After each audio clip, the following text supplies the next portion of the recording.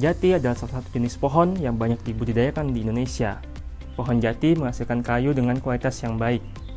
Kayu jati banyak digunakan untuk kebutuhan konstruksi ataupun pembuatan furniture. Selain itu, jati juga banyak digunakan untuk kebutuhan yang membutuhkan kayu dengan kawetan yang baik dan juga kekuatan yang baik. Namun, kebutuhan yang tinggi tidak diimbangi dengan suplai yang baik.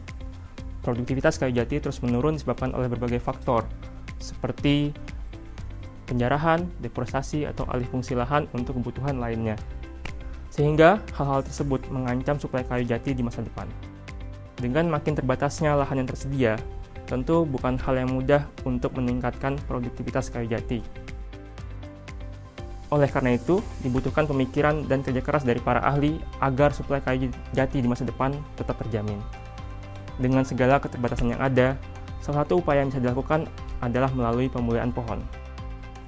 Pada video ini, kami ingin mengajak Anda untuk menyimak perjalanan panjang Fakultas Kehutanan Universitas Gadjah Mada yang bekerjasama dengan berbagai pihak untuk membangun hutan jati yang memiliki pertumbuhan yang cepat, memiliki produktivitas yang tinggi, dan juga menghasilkan kayu dengan kualitas yang baik.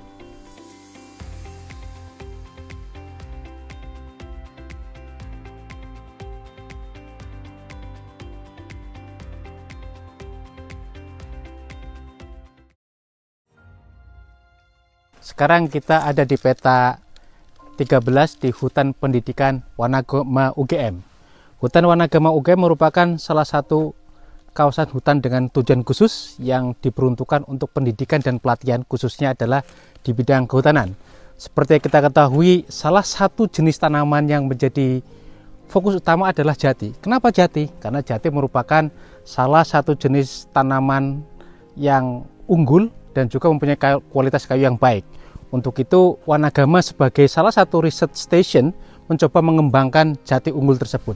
Dan jati yang kita kembangkan di sini merupakan jati hasil pemulihan pohon yang merupakan kerjasama antara Fakultas Kehutanan UGM dengan Perhutani.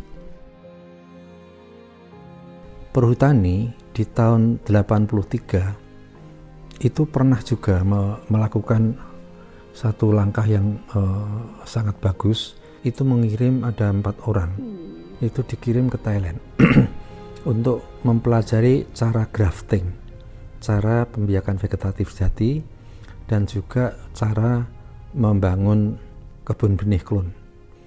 Dari kajian beliau setelah pulang dari Thailand, itu beliau menemukan ada 140 pohon plus jati di Jawa.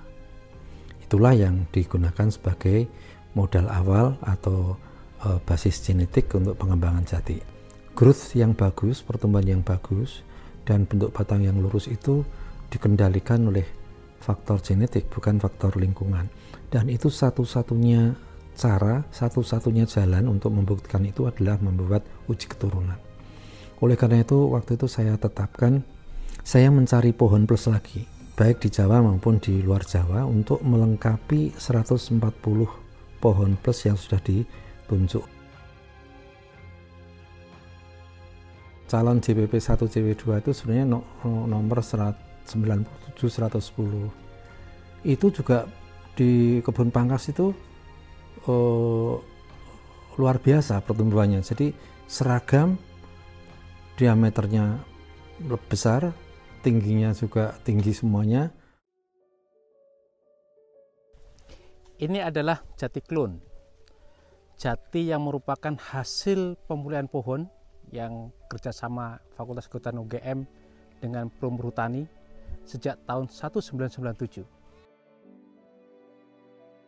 Kebun Pangkas ini yang seperti kita lihat sekarang ini akan menjadi bahan untuk membangun stek pucuk sebagai bahan penanaman perhutanan klon jati secara luas. Nah, klon jati ini untuk bisa menghasilkan klon jati yang bagus kurang lebih sekitar 6-8 minggu setelah pangkasan pertama. Dari pangkasan pertama inilah akan kita manfaatkan untuk membangun stek pucuk jati. Tahapan pertama adalah kita mengambil pucukan jati yang seperti ini, kemudian kita kurangi daun-daunnya untuk mengurangi evaporasi, kemudian sekitar 2-3 nodus di bawah nodus tersebut akan kita gunakan untuk diperlakukan sebagai bahan stek pucuk. Nah, kemudian apa yang kita perlukan untuk memelihara dari kebun pakis ini agar tetap bisa menghasilkan turbusan-turbusan yang berkualitas? Salah satu hal yang perlu dilakukan adalah dengan kegiatan penyiraman secara frekuentif, karena kendalanya adalah turbusan itu harus dihasilkan pada musim kering. Pada saat tidak ada air seperti di Jawa ini, seperti pada musim kering ini, maka harus sering dilakukan penyiraman, kurang lebih sekitar 2 minggu sekali kita sirami semuanya untuk bisa tetap menghasilkan turbusan-turbusan berkualitas. Nah, dari turbusan berkualitas itu kemudian kita pangkas, kemudian kita perlakukan memberikan hormon untuk disiapkan sebagai bahan stek pucuk. Nah, berapa lama pucukan itu akan bisa diambil lagi? Jati mempunyai karakter bahwa setiap pangkasan seperti ini nantinya akan menghasilkan 2 turbusan baru. Nah, setiap turbusan baru sekitar 6-8 minggu tersebut baru kita pangkas lagi untuk dijadikan bahan tanaman lagi. Untuk membangun stek pucuk jati, media yang paling pas untuk pengakaran diantaranya bisa menggunakan kokopit atau kemudian percampuran antara media tanah kompos dengan pasir dengan perbandingan 1:1:1. Kemudian stek pucuk itu diperbanyak dengan menggunakan hormon IBA dengan dosis 100 ppm. Kemudian disungkup dalam bedeng sungkup seperti yang kita lihat di sana, akan dibedeng selama sekitar 1 bulan, dan kemudian akan ditandai dengan munculnya akar baru dan tunas baru, dan itu sudah mengindikasikan bahwa stek pucuk siap di transplanting kepada open area. Nah, dari situ bahan tanaman yang sudah berakar tersebut akan dipelihara di dalam persemaian dengan beberapa teknik pemeliharaan. Yang pertama adalah menggunakan penyiraman setiap hari. Kemudian yang kedua juga dengan pemupukan. Di antaranya bisa menggunakan pupuk kurang lebih 4 gram per media tanam, sehingga bisa menghasilkan kualitas bibit yang berkualitas dan siap tanam. Kita juga mengimbangi perlakuan silvikultur. Perlakuan silvikultur tidak lepas bagaimana kita memberikan pemupukan atau juga membuat lubang tanam yang tepat, terus ada pemeliharaan yang lain. Ini tidak lepas hasil penelitian kami juga bersama tim Fakultas Kehutanan UGM. Itu untuk silvikultur itu sudah kami lakukan penelitian mulai jarak tanam, lubang tanam, itu tahun 98 bersama Prof. Naim, Prof. Umi, Prof. Sukoco. Terus dari hasil penelitian itu kita buat suatu SOP, standar operasional prosedur untuk pembuatan tanaman di pertanian. Itu salah satu tindakan silvikultur. Selanjutnya kegiatan silvikultur yang lain adalah penjarangan. Penjarangan ini sangat memberikan pengaruh yang sangat nyata. Kita mempunyai beberapa plot penjarangan. Kami sebutkan salah satunya adalah di Gendingan. Itu dengan dijarangi pada umur 12 tahun, dengan tanpa dijarangi kita amati sampai umur 20 tahun yang tidak dijarangi, diameternya itu baru 23 cm. Tapi yang dijarangi dengan N tinggal sekitar 200 pohon per hektar, itu diameternya mencapai rata 43. Ini sangat luar biasa.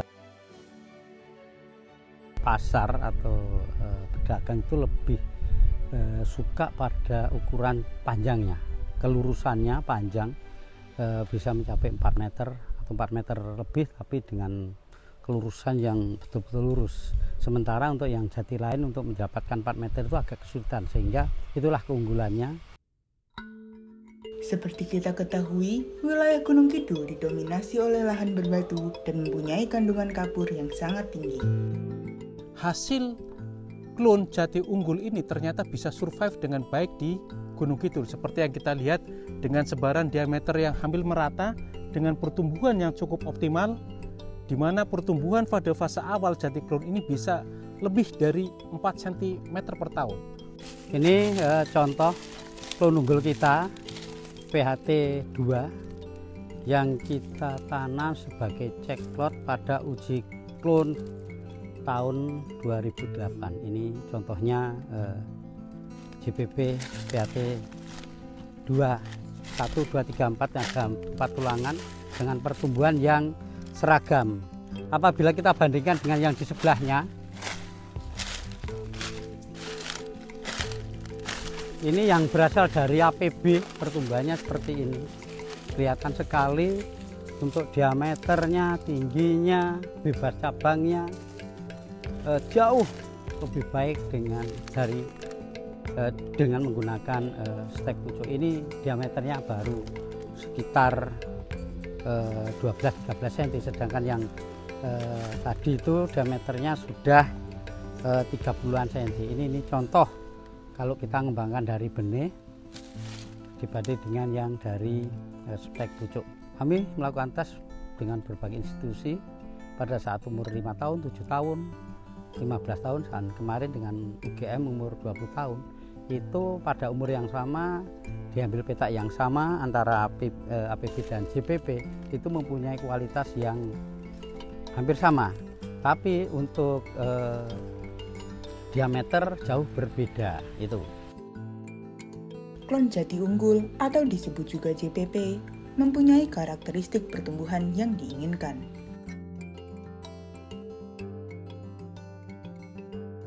Namun, yang menjadi pertanyaan adalah bagaimana kualitas dari kayu JPP itu sendiri? Nah, untuk menjawab pertanyaan ini, alhamdulillah beberapa waktu yang lalu, akhir-akhir ini, kami juga dilibatkan dalam penelitian, semacam penelitian untuk melakukan membandingkan kualitas jati antara jati yang unggul atau klon-klon unggul itu dibandingkan dengan jati yang konvensional tentunya, dan juga jati klon unggul yang kemudian ditreatment atau dilakukan dengan perlakuan silvikultur tertentu. Kalau dibandingkan dengan jati konvensional seperti ini yang ini adalah jati konvensional yang dipanen pada daur yang lebih dari 60 tahun, memang belum sebanding. Karena yang dilakukan saat ini baru 20 tahun. Namun dengan 20 tahun ini ada beberapa parameter sudah menunjukkan bahwasannya kayu tersebut propertisnya sudah masuk ke kelas kuat 2 dan 3. Ada metode untuk lebih membuatnya atau mengakselerasi pertumbuhan itu, yaitu dengan melakukan penjarangan. Kita bisa lihat hasilnya. Ini kayu dengan umur yang sama. Ini tanpa penjarangan, dan bisa kita lihat di sini dengan penjarangan. Ini kita bisa ambil kesimpulan dengan mudah. Dan berita bagusnya, dengan akselerasi pertumbuhan yang luar biasa ini tidak ada sifat kayu yang mengalami penurunan secara signifikan.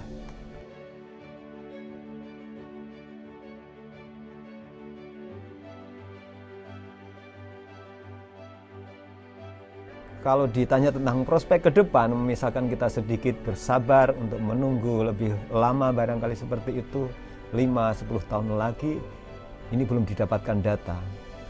Dan mudah-mudahan dengan capaian yang 20 tahun sudah seperti ini, dalam waktu 5-10 tahun mungkin akan ada banyak perubahan membaik juga terkait hal itu, sehingga kita bisa mendapatkan kayu jati dengan growth yang bagus dan juga kualitas yang baik.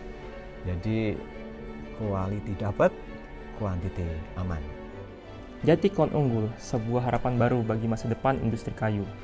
Dengan pertumbuhannya yang pesat, jati klon unggul siap menjadi solusi berkelanjutan untuk memenuhi kebutuhan kayu dunia. Kolaborasi lintas sektor telah membuktikan bahwa riset dapat menghasilkan inovasi yang nyata yang bermanfaat bagi banyak pihak. Mari bersama-sama mendukung kegiatan pembuahan pohon agar generasi mendatang dapat menikmati manfaat-manfaat dari kayu yang berkualitas.